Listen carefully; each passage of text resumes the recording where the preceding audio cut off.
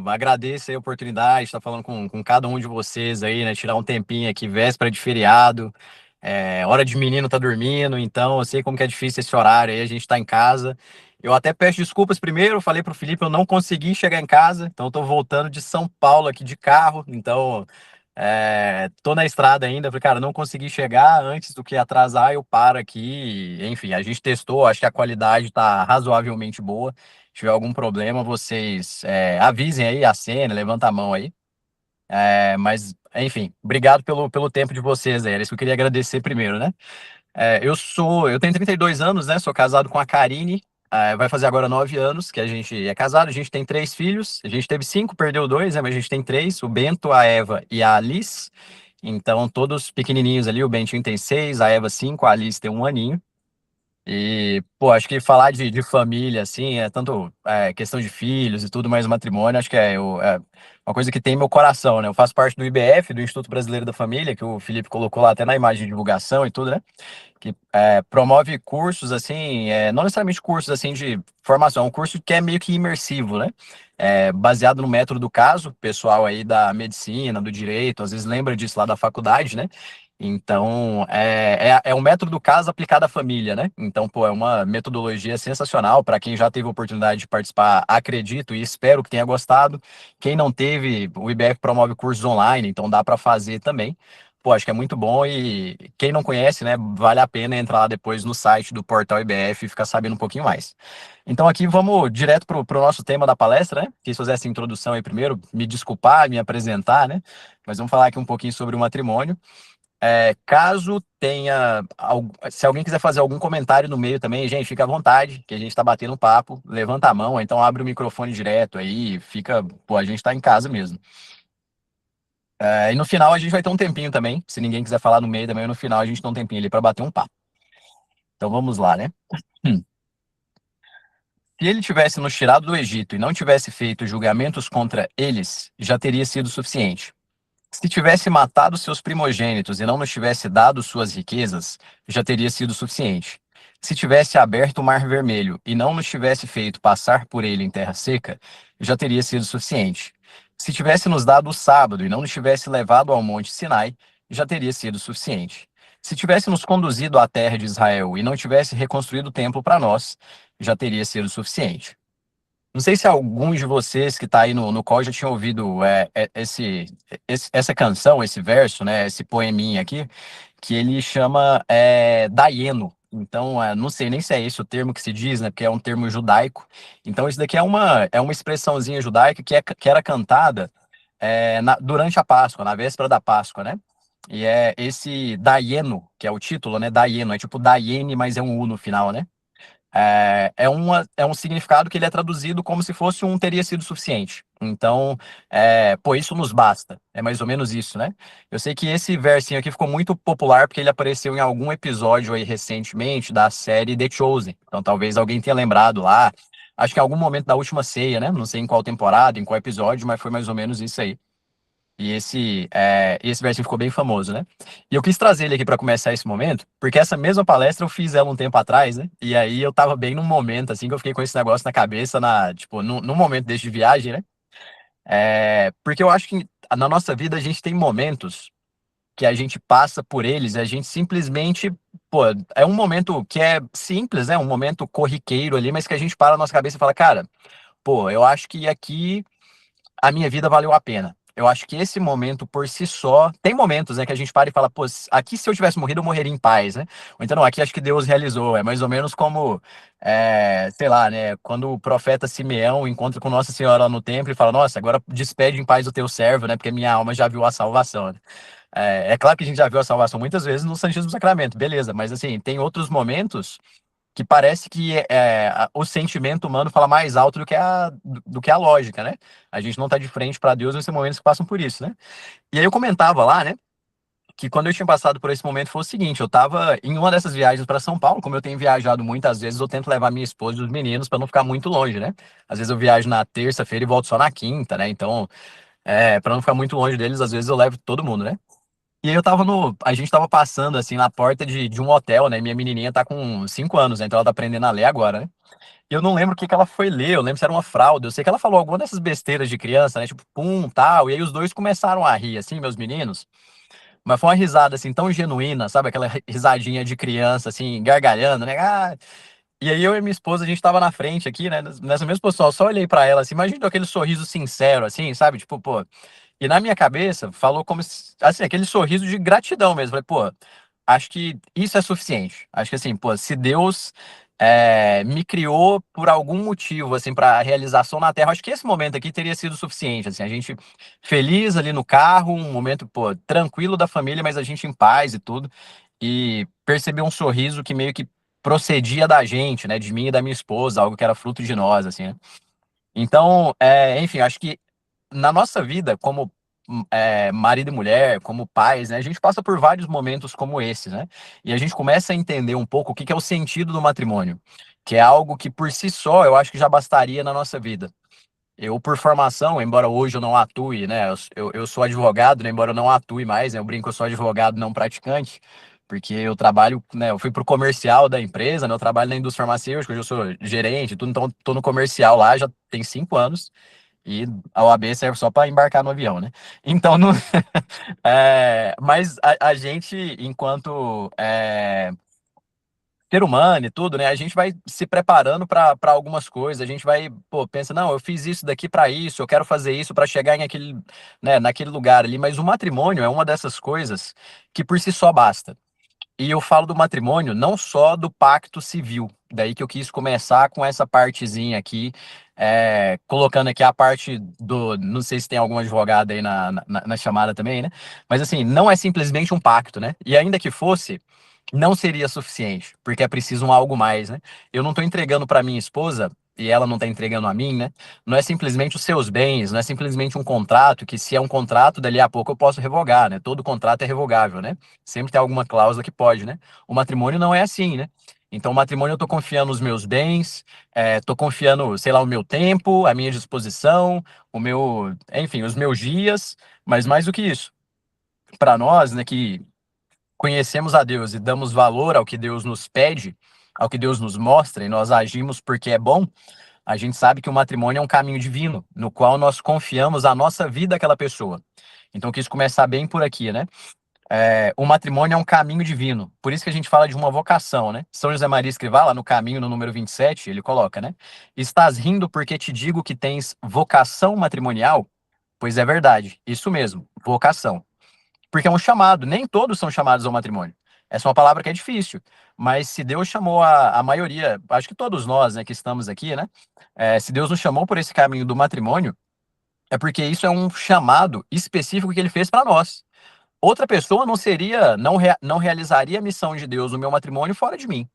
É um plano tão perfeito que é Deus olhando no meio de 8 bilhões de pessoas e te colocando de frente para outra pessoa que ele quer que o seu caminho, não só neste mundo, mas que o seu caminho como um todo, que o seu caminho de santidade, salvação, né, de perfeição, que ele passe por essa pessoa que está do seu lado. Então, essa perfeição no matrimônio, que eu falo perfeição no conceito mais filosófico da palavra, né? Não é o perfeitinho, bonitinho, tipo assim, nossa, é todo perfeito. Não, não. O perfeito no sentido filosófico, aquilo que se perfaz. Acho que uma boa imagem ilustrativa do que é a perfeição no sentido filosófico é um círculo, que ele se perfaz, ele não tem começo e nem fim. Então você não sabe onde que um círculo começa e termina, ele está perfeito.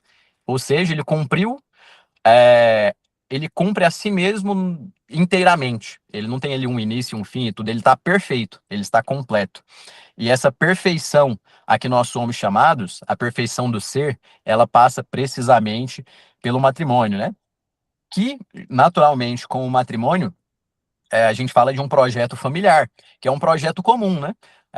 Se nós somos cristãos e católicos, nós não podemos, em primeiro passo, seria um erro muito grande, né? Construir a nossa vida espiritual à margem do lar. Porque, pô, pensa, né? Qual que é a vocação universal de todo cristão, né? Vamos voltar no Concílio Vaticano II, né? É a santidade. Nós todos somos chamados para sermos santos. De modo que se a gente não for santo, a gente fracassou miseravelmente. A gente falhou no único plano que não poderia falhar, né? Pô, no meu trabalho eu posso falhar, na minha empresa, nossa, vai ser um desastre, né? Ó, quebrei a empresa, quebrei a minha empresa, quebrei a empresa do outro e fui demitido, tô com o nome sujo. Pô, isso tudo a gente dá um jeito. Agora, Se eu não sou santo, aí não tem jeito mais, né? Aí não tem jeito. A gente fracassou. Deus nos criou para isso. É tipo, pô, eu trabalho com vendas hoje, né? Às vezes eu chego nos vendedores lá e falo, cara, você tá aqui para vender. Se você não tá vendendo, você tá fazendo o quê? Então é mais. Deus, acho que ele chega em mim e fala, pô, você tá aqui para ser santo. Você não é santo, você tá aqui para fazer o quê? Então é mais ou menos por ali, né? Então a gente não pode pensar na nossa santidade meio que à margem do lar. Olha, não, pô, eu, Ian, tô rezando, tô indo na missa, tô comungando, tô em graça. Mas peraí, quando eu me caso, eu me comprometo a ser uma só carne com outra pessoa. Então, não é que são duas pessoas, agora sereis uma só carne. Não dá para salvar meia carne, não dá para você salvar meia pessoa. Então, peraí, se eu quero de fato ser santo, é obrigação minha que a minha esposa também seja santa. E eu não posso ser santo por ela, mas eu posso fazer uma coisa que só eu posso fazer. Eu posso facilitar a vida dela, posso facilitar a vida espiritual dela. E eu posso construir a minha vida espiritual não ao lado, mas junto, que seja uma vida em comum, um projeto comum, buscando a Deus sobre todas as coisas. Claro que a gente não vai rezar junto o tempo inteiro, né? Pô, tava em viagem agora em São Paulo, fui na missa, rezei o terço tudo sozinho, e ela em casa, né? Espero que tenha feito, mas a gente pode, ainda que esteja à distância, né? Tô dando exemplo pessoal aqui, vocês me desculpem, né? Mas é porque é a realidade mais próxima de mim, é a minha, né? Então, mas assim, cada um aplica no seu contexto, né? A gente ainda que pô, estamos distantes, então estou em casa, mas assim, procurar facilitar para que o outro também tenha a possibilidade de construir a sua vida espiritual, né? Antecipar as dificuldades do outro. Porque a santidade, tal qual a família, não são duas coisas que vão dar certo de improviso. Acho que poucas coisas na vida dão certo de improviso. Se a gente for parar para ver em qualquer âmbito assim, acho que, pô, no mundo dos negócios, então nem se fala, né? Você não constrói uma empresa da noite pro dia e fala, cara, pô, sei lá, né? Tô mexendo aqui, de repente descobri uma fórmula secreta que vou ficar milionário com isso. Às vezes a ideia pode vir meio que do nada, mas você precisa de um plano de negócios muito bem estruturado para a empresa não quebrar, para ela se manter. Sei lá, até no esporte, né? Ah, o time quer ser campeão, ele monta um planejamento, treina, faz dieta, dorme na hora, acorda, e aí beleza, chega lá com condições, treinado, de condições de procurar vencer o jogo. Não é de improviso, né? Na família, menos ainda. Se a gente não pode improvisar nessas outras vertentes que eu falei, acho que mais ainda na família. Acho que a gente tem que se precaver e procurar é, antecipar os problemas. Porque eu comecei falando lá do contrato, né, que pode ser rescindido e tudo, eu vou voltar nisso daqui, né? Eu tinha um professor na faculdade que ele enchia o peito, assim, para falar, né? Ele estufava o peito para falar que ele tinha uma tese que ele tinha, ele que tinha desenvolvido, que era um artigo científico que estava publicado no México, em outros países e tudo, que ele falava que aqui no Brasil a gente ainda ia chegar nesse ponto, mas que o contrato do matrimônio ele tinha que vencer automaticamente, tinha que expirar automaticamente no prazo de 5 anos. E ele enchia o peito pra falar isso. Olha que absurdo, né? Ele falava, cara, ele falou, porque não dá certo, não dá certo. Mas tem uma coisa que não dá, são duas pessoas e tal. Eu falei, cara, a premissa tá certo. E o Chesterton concorda com isso, né? O matrimônio, de fato, é um desafio que nem um homem honrado deveria negar, né? E aí, o homem falando do ser humano, né? De fato, o matrimônio, a premissa desse, não vou nem citar o nome do cara, né? A premissa do meu professor lá não estava de toda errada. Eu acho que o matrimônio é sim um projeto que é feito para dar errado, exceto pelo singelíssimo fato de que o matrimônio foi abençoado por Deus com as duas mãos e elevado ao grau de sacramento. A partir do momento que é algo que é sagrado e que é consagrado pelo próprio Deus, que é Jesus quem transforma, quem confere ali, né, o sacramento do matrimônio, né, quando ele diz que já não são dois, mas uma só carne. Então, o próprio Deus, ele está transformando esse projeto impossível em um reflexo da graça de Deus pelo sacramento. Olha, o sacramento é impossível sim, mas se eu estou no meio, ele vai ser possível. As dificuldades que vão aparecer, elas vão permanecer, mas vai ser possível se a gente encarar tudo isso com a graça de Deus, né? Então, aquele meu professor, de fato, né, o projeto dele, na experiência de vida dele, estava certíssimo, né? Porque ele estava contando pra gente lá nessa aula, né? Ele, olha, eu tô no meu quarto casamento, né? E já tem 2 anos que eu tô casado. E a gente, pô, que tragédia, né? Ficava morrendo de dó dele mesmo e ninguém tinha coragem de falar pra ele. Tipo aquele negócio, pô, o rei tá nu, né? A gente viu o cara lá fazendo besteira e ficava morrendo de vergonha de falar. Mas enfim, depois a gente comentava no off lá e tudo bem, né? Falava os absurdos que vinham disso. Mas de fato, acho que esse é um ponto que a gente podia fazer, né? Agora, se a gente já sabe essa realidade de fato, pô, o matrimônio é um projeto que às vezes, de fato, parece que foi feito para dar errado mesmo. A gente junta dois seres humanos que convivem ali 20, 30 anos, um com uma cultura, o outro com uma cultura completamente diferente, gostos, manias, e coloca essas duas pessoas para desenvolver um projeto comum. Como que a gente vai fazer para esse negócio dar certo? Deus, ele nos ajuda com a sacramentalidade do ato. Então ele abençoa ali, desde que a gente esteja ali, né? Enfim, de livre, espontânea vontade, tudo sacramento válido, né? Beleza. Mas Deus sozinho, ele não vai é, fazer com que o matrimônio funcione. Porque Deus não é a parte inteira do matrimônio, ele é uma parte do matrimônio. E tem as outras duas partes, que são o marido e a mulher, que são insubstituíveis. Depende da liberdade da pessoa acatar ou não essa bênção, essa graça, né? E eu acho que o primeiro passo para a gente voltar isso daqui para nós, né, enquanto matrimônio, enquanto família, é pensar em facilitar a vida do outro, facilitar a vida do próximo na prática. E aí eu lembro de um exemplo de um casal de amigos nossos, né, de Anápolis, né? Que o cara foi fazer um retiro uma vez, um retiro de silêncio, e nesse retiro o café da manhã era às 9 da manhã. E antes do café da manhã já tinha missa e oração e tal. E o cara era meio assim, sabe? Meio, pô, não gosta de ficar com fome, entendeu? Tipo, já era adulto, seus 30 e poucos, naturalmente é casado, né? Mas já tinha seus 30 e poucos anos, mas tinha esse negócio, pô, não gosta de fica com fome, fica mal-humorado, né? E aí, beleza, ninguém sabia disso, né? Tava na casa e tal, mas só que o mais legal é que ele foi pro retiro e a esposa dele colocou umas barrinhas de cereais dentro da mala, pegou as barrinhas de cereal ali e tal, e colocou dentro da mala e colocou um recadinho pra ele, né? Pra você comer assim que você acordar, né? E aí, tipo, o cara pensou, pô, beleza, né? Pra quê? Foi, pegou a barrinha lá, comeu, né? Pô, tá aqui dando bobeira, vou comer, né?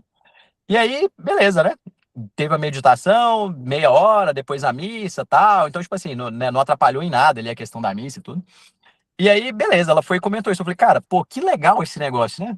Tipo, acho que duas lições que eu tirei dali, né? A primeira, eu tenho que começar a prestar atenção mais em antecipar as demandas da minha esposa. Então, tipo assim, olha, se ela vai ficar com fome, peraí, deixa eu organizar esse negócio aqui. Será que ela não precisa de alguma coisa? Acho que esse quê de cuidado, as mulheres têm isso muito bem. Para nós, homens, acho que falta um pouco, né? Mas eu acho que esses detalhezinhos são o diferencial que fazem com que Deus ajude esse matrimônio a dar certo. E, por outro lado, tem uma coisa que atrapalha muito a fazer esse matrimônio dar certo, que é a atitude do marido. Então, por isso que eu não falei o nome dos dois, né? Porque a gente sabe que o ser humano ele amadurece com o tempo, mas não dá pra gente amadurecer lá com 30 anos. Então, pô, se você não consegue ficar ali 2 horinhas de jejum pela manhã e vai ficar mal-humorado porque não tomou o café da manhã, peraí, acho que tem um problema grave aí, né? E é um problema de caráter mesmo. Cara, pô, com 30 anos de idade, meu filho, dá um jeito, né? Se fosse o menininho do Felipe que tá aí no colo dele, tudo bem, né? Uma criança, a gente não só tolera, como a gente entende, a gente espera que ele age assim. A gente assusta se agir ao contrário. Agora, pra nós barbado, pô, com família e tudo, não, pera aí, vamos lá, né? Mas beleza, eu acho que esses cuidados são, na prática, o que que a gente ouve tantas e tantas pessoas chamando de santificar a vida doméstica. O santificar a vida doméstica é cultivar o amor nessas coisas pequenas. É aquele velho exemplo da fogueira que a gente vai mantendo ela acesa, é, pauzinho por pauzinho ali, né? E eu acho que aqui já fica um primeiro ponto de atenção para nós, né? Assim, exame de consciência, né? Eu não quero, obviamente, ainda bem que tá todo mundo com o microfone fechado aí, porque se alguém pensar alto, né, ninguém escuta, né? Mas qual que foi a última vez que você surpreendeu seu cônjuge? Marido e mulher, né? Tipo, pô, qual foi a última vez que eu fiz alguma coisa que fez diferente pra ela, sabe? Ou então ela, né? Qual que foi a última vez que eu fiz alguma coisa que ele parou e pensou, nossa, pô, me surpreenderia, né? É, Hoje mesmo, nessa viagem que eu vim, né? Pô, eu vim ontem pra voltar hoje, né? Então, tipo, ia ficar uma noite só fora de casa, foi uma viagem rápida, né?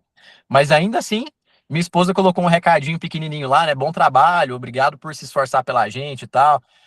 Ela já fez isso inúmeras vezes, mas não deixou de me surpreender, porque eu pensei, pô, mas eu vou voltar amanhã, ela tá deixando um recadinho, né? Então eu não deixei de mandar uma mensagem pra ela, de pedir um doce no iFood e pedir pra entregar lá em casa. Que eu pensei, pô, se ela fez alguma coisa aqui, deixa eu devolver deixa eu devolver o ato aqui, né?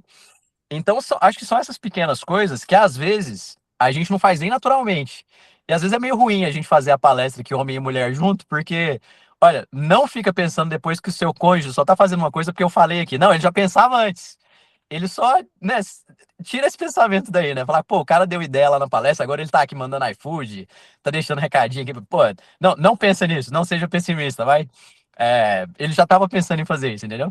E Olha, a minha esposa adorou o cookie que eu mandei pra ela hoje lá, né? Comprei um cookie numa doceria lá e mandei pra ela e tudo. Eu fiz hoje, porque eu vi o recado de ontem, né? Então tinha que dar o tempo pra ela não perceber que eu tava só correspondendo. Mas mesmo que ela tenha pensado isso, ela tava feliz pra caramba, velho. Pô, mandou foto e tal. Então esse tipo de coisa, a gente tem que procurar fazer e tem que reconhecer no outro. Transformando esses pequenos detalhes, né, que eu falava, né? Isso daqui é transformar o lar em uma escola de virtudes. E a gente não presta atenção nisso, mas quem mais presta atenção são os nossos olheiros indiscretos que a gente não pensa que está prestando atenção, que são os filhos. Então, esses pequenos detalhes que a gente, às vezes, eu brinco que a gente já tem, entre aspas, de fábrica, porque, pô, minha esposa é criativa mesmo. Às vezes eu saio, ela já manda um recadinho que ela sempre procura facilitar alguma. É mulher, né? Cabeça de mulher. As mulheres são perfeitas mesmo. Mas homem não, né? A gente tem que procurar adquirir esses cuidados, que não é de fábrica do nosso modelo. Pro homem em geral, né? O cara, nossa, meu marido não fala que me ama já tem 3 dias, né? Pô, ele continua te amando, tá? Se ele não revogou, ele continua te amando. Às vezes é só porque o cara, pra ele tá tudo bem, entendeu? Então é o ponto que a gente tem que correr atrás, né? Mas que como eu falava, né? Esses pequenos detalhes são uma escola de virtudes que a gente vai passando pouco a pouco em casa e sem que os filhos percebam, sem que a gente perceba, mas esse exemplo continua lá. E eu vou dar mais um exemplo pessoal aqui, né? Quando eu era moleque ali, quando eu morava com os meus. Até, sei lá, até 9 anos atrás ali, vai, quando eu morava com os meus pais, né? Eu nunca tinha parado para pensar como que meu pai acordava cedo. Mas depois que eu casei, depois que eu tive filho, principalmente, em geral, um menino pequeno acorda muito, né? Tipo, bebezinho e tal. Então você vai ter que acordar várias vezes para ir lá à noite, né? Mas eu parei para reparar um dia, eu pensei, cara, eu não me lembro de algum dia que eu acordei, enquanto eu morava com os meus pais, eu acordei e meu pai não estava em pé. Era durante a semana, era final de semana, era todo dia. Cara, meu pai sempre acordou. Eu falei, pô, não é possível, velho. Deve que eu não lembrava, né? E tudo bem, pode ser que ele não tenha acordado primeiro mesmo.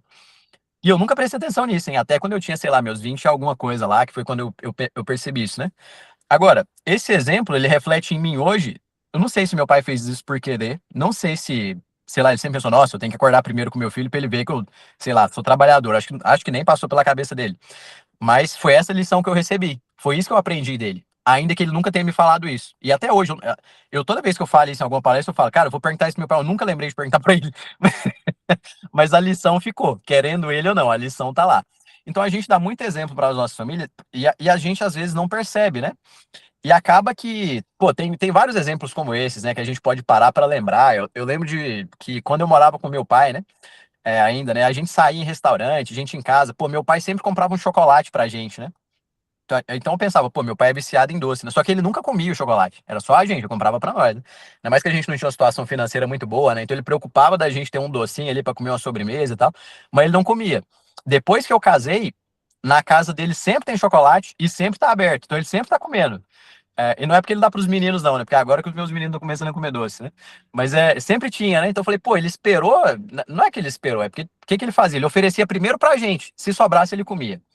Então, pô, minha mãe é a mesma coisa, né? Falando meu pai aqui, porque eu sou homem, tô pensando no lado mais masculino aqui da coisa, né? Mas a gente tem esses exemplos que são exemplos silenciosos. Isso é o que a gente chama de escola de virtudes. Isso é o que a gente fala de santificar o trabalho. Essas que são as pequenas coisas que nós devemos, acho que, levar bem gravadas no nosso coração, cuidando o tempo todo. E esses pequenos exemplos, muitas vezes, a gente menospreza eles. E como uma boa bola de neve, né? Esses pequenos defeitos, eles começam muito pequenininhos. Eu fico muito triste. Quando eu advogava ainda, foi basicamente no serviço público que eu advoguei, mas naturalmente chegava uma pessoa ou outra falando, ah, você faz divórcio? Eu falava, cara, eu tentava falar, pô, mas peraí, o que que aconteceu, né? O que aconteceu? Vamos ver primeiro, o que aconteceu? Vocês estão certos disso, né? Pô, já pensou e tal? Será que não dá, né? E acabou que eu nunca fiz um divórcio, né? Eu fazia tanta pergunta que a pessoa desistia, né? Graças a Deus, eu acho, né? Mas, eu lembro que chegava a casa e a pessoa falava, não, mas ele é tão irritante. A pessoa, né, meu cônjuge é tão irritante que, pô, ela fica me provocando em tudo. O papel higiênico do banheiro, eu peço, falo, cara, vamos colocar isso daqui. E ela não acaba o papel higiênico, ela deixa lá o rolinho vazio e coloca o outro em cima da mesa, lá da pia, né, do banheiro. Não tira o que tá colocado e coloca, só pra me provocar. E aí eu ia conversar com a outra pessoa, falava, pô, a pessoa me procurou às vezes ali pra fazer o divórcio e tal.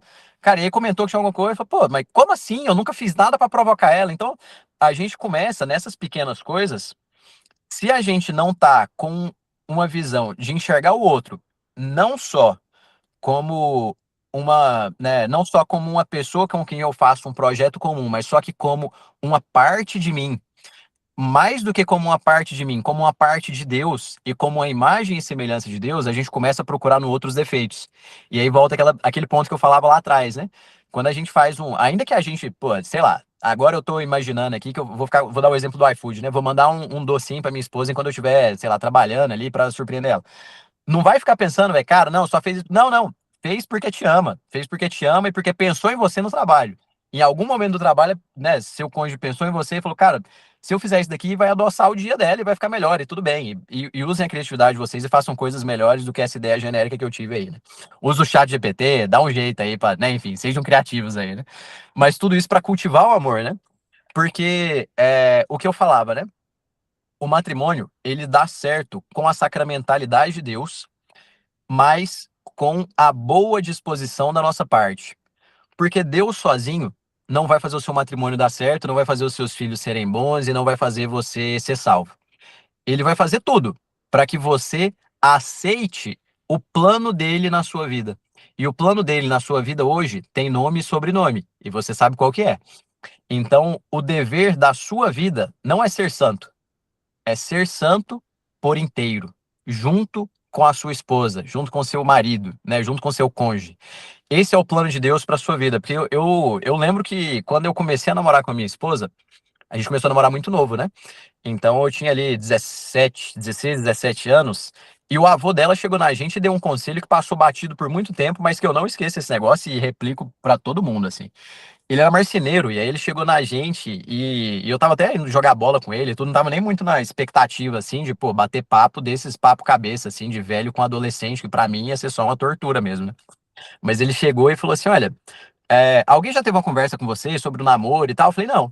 Aí ele, você sabe. E aí ele chamou minha esposa, né? Você foi não foi na hora do jogo, né? Foi. Não lembro se foi antes ou depois, mas eu lembro que, enfim, tava nós três, né? Aí ele chegou na gente, né? E, tipo, falou: olha, alguém já chegou em vocês e falou pra que serve o namoro e tal? Eu falei, não, e tal. Eu falei, então deixa eu falar uma coisa com vocês rápido aqui. Não é pra dar lição de moral e nada, né? Mas é, aí ele falou, Ian, você sabe que eu sou marceneiro e tudo, né? Você sabe qual que é a melhor forma de se equilibrar, assim, sentado? Uma cadeira e tal, uma mesa, alguma coisa de apoio. Se eu quero dar um apoio a alguma coisa, qual que é a melhor forma de fazer? E eu lembro que eu até pensei, eu falei, cara, pô, ele tá fazendo uma pegadinha, né? Porque ele que é um marceneiro, tudo que eu responder vai estar errado, né? Então, aí eu pensei, pô, ele tinha que me falar e não perguntar, mas tudo bem, né? Aí eu falei, olha, 4 apoios? Ele, não, 4 é muito fácil de ficar manco. Aí eu falei, bom, 2 não dá, né? Aí ele, então qual que é o número ideal? Eu falei, 3. Aí ele, 3. Ele falou, pode perceber que 3 é o número do equilíbrio ali. Tipo agora, né? Eu tô usando um tripé para firmar o celular e ele não ficar balançando. O tripé é o modelo ideal, né? Ele falou, então, por que que eu quis falar isso daqui? Num relacionamento, se vocês ficarem só entre vocês dois, a cadeira não para em pé. E aí, se tiver algum arquiteto aí, né? Malditos sejam os pés dobráveis da arquitetura aí, mas não leve isso à frente, tá? Mas beleza, se tiver 2 perninhas na cadeira, ela não vai parar em pé. Ele falou: e se você ficar chamando pessoa de fora para entrar dentro do seu matrimônio, ela sempre vai tomar partido. Então, um matrimônio com 4 pessoas vai mancar, não vai dar certo. Um lado vai pender menos e os outros 3 vão te apoiar ali, você não vai ficar firme. Agora, se você se apoia em 3 pilares, Ian, Karine e Deus, se vocês colocam Deus como terceiro elemento, vocês vão ter uma base sólida para formar uma família, porque vocês estão namorando para formar uma família. E eu confesso que até esse momento eu não estava nem pensando tão a longo prazo, assim, pô, eu tinha 16 para 17 anos, só queria namorar com ela e tá tudo bem e dar certo ali. E o amanhã, Deus que sabe, né? Mas, enfim, não era a mentalidade correta, tudo bem, Deus agiu ali e hoje dá certo, né? Mas eu acho que esse recadinho ele ficou muito claro pra gente, e aí com isso eu já vou procurar terminar aqui, né? Porque se eu, por completo, quero fazer a glória de Deus, eu tenho que entender que Deus, ele não é um elemento a mais dentro do meu matrimônio. Deus, ele é um elemento dentro do meu matrimônio, tanto quanto eu e a minha esposa somos um. Então, na verdade, por inteiro, eu sou eu e a minha esposa, né? É como se fosse ali um, sei lá, uma analogia ao Ortega y Gasset, né? Eu sou eu e minhas circunstâncias, né? Olha, eu e as minhas circunstâncias, e essa frase é boa, né? Porque ele fala lá, né? Se me tiram as minhas circunstâncias, eu já não sou mais eu, né? Olha, eu sou eu por inteiro, e o meu por inteiro envolve a minha família. Eu não tomo uma decisão no trabalho que envolva alguma coisa séria sem antes estar de acordo com ela, porque ela vale muito mais do que isso. E por inteiro, eu tenho que enxergar nela, em primeiro lugar, eu tenho que enxergar Deus nela. Mas em segundo lugar, eu tenho que enxergar a mim nela. Eu não posso ver a vida do meu cônjuge sem me enxergar na vida dela. Não pode existir essa realidade. A menos que tudo bem, Deus chama um de nós, e aí, né, projeto de Deus, aí Deus que sabe, né? Mas se eu não consigo enxergar o outro na minha vida, e eu não consigo enxergar Deus na nossa vida em conjunto, a gente vai estar perdendo, acho que o ponto mais singelo e o mais nobre da existência humana. Eu estava lendo, na verdade, eu estava ouvindo um livro que eu já li nessa semana, que é aquele do Viktor Frankl. É, agora fugiu o nome. O Sede de Sentido, né? Acho que é isso mesmo o nome, né? Agora fugiu o nome aqui, deu branco. Tem o ser de sentido e tem em busca de sentido Em também, né? Busca de Sentido. É Em Busca de Sentido, que é o mais famoso. É Em Busca de Sentido, é isso. No Em Busca de Sentido, ele coloca em um trecho, né? É, a verdade é que o amor é o bem último e supremo que pode ser alcançado pela existência humana e o mais nobre deles. Eu compreendi que as coisas últimas e extremas, que elas podem ser expressas até mesmo em poesia, em fé humana, mas a redenção pelo amor e no amor é a maior delas.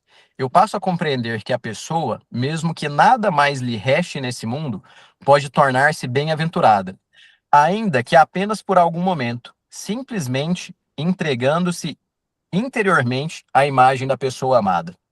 Então ele fala isso daqui em um momento que ele está lá falando de um campo de concentração, e ele fala que naquelas dificuldades todas da guerra, eles não lembravam, não tinha assim sentimento de luxúria e nada, que isso não era um problema para eles, porque eles estavam em um ambiente muito adverso, né? Mas que a simples lembrança do seu cônjuge que não estava convivendo com cada um deles ali, homens e mulheres e tudo, né? Tava separados, né, praticamente todos. Ele falava a simples lembrança deles nos levava para um outro lugar, é, que era como se fosse ali assim a coisa mais nobre do mundo. E eu não estava nem com essa pessoa. E o mais legal que eu acho é que ele fala que é a imagem da pessoa. Ele fala que nada pode tornar-se mais bem-aventurado do que a simples imagem da pessoa. Porque quando eu falo a imagem do meu cônjuge, eu posso não estar pensando visualmente, eu posso estar pensando visualmente na imagem dele, dela, né, do caso de cada um de vocês. Mas interiormente, a gente está pensando na imagem dessa pessoa por completo. A imagem do nosso ser humano, no fundo, é a imagem de Deus. Porque acho que a melhor forma que a gente pode fazer de comparar o amor humano e o amor divino é no amor esponsal. Daí que o livro da Crônica dos Crônicas, a Crônica das Crônicas, né, que é o livro mais perfeito e mais romântico, e até, de certo ponto, erótico da Bíblia, né, um dos mais belos, né, os grandes santos escreveram sobre ele, precisamente porque ele faz essa comparação, o amor divino com o amor humano. Então, Deus, ele não fez simplesmente o matrimônio um caminho sagrado só para a gente poder ter famílias que vão dar certo, só para mim poder dar certo. É para tudo isso. Mas eu acho que no fundo é para a gente poder olhar para o nosso cônjuge e poder encontrar Deus em um ser humano, todos os dias. E que cada momento, olhando para o meu cônjuge, eu posso parar e fazer esse momento valer a pena. Fazer aquele dar hieno lá do começo. Olhar para o olho do seu cônjuge tem que ser o suficiente. E aí, seja diretamente no olho do seu cônjuge, ou seja, mais de uma forma mais bela ainda, refletido no olhar dos filhos, a gente passar por esse momento e começar a pensar um daieno próprio para nós mesmos, né? Da mesma forma que eu comecei, eu termino, né? Se tivesse nascido em mim o amor por você e ele não fosse correspondido, já teria sido suficiente. Se ele nos tivesse unido no matrimônio e permanecêssemos só nós dois, já teria sido suficiente. Se ainda assim nos tivesse dado os filhos e as alegrias e cansaços de uma família, já teria sido suficiente. Mas se por fim ele se servisse de tudo isso para nos conduzir de volta até ele, aí sim teria sido mais do que suficiente.